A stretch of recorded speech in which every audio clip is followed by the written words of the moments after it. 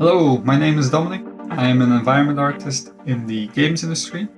I've been in the games industry since 2015, and I've worked with several AAA teams over the years around the world, and there's a lot of different workflows and pipelines. It all changes based on the custom needs of the project, but there's a lot of common ground. In this workshop, I want to take you through how I made this sci-fi hallway inside Unreal Engine 5 using modern texturing techniques used in the AAA industry, and explain to you the general mindset to get better looking materials for environments, what things to consider for performance in games, and how to get these results faster than with traditional workflows.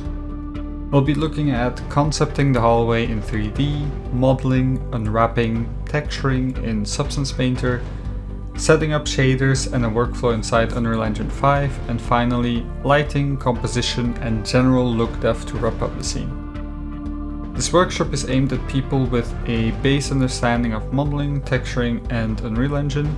It contains best practices for industry artists and tech artists, but also useful tips and workflows for indie teams, solo projects, or just hobbyists that want to dream big.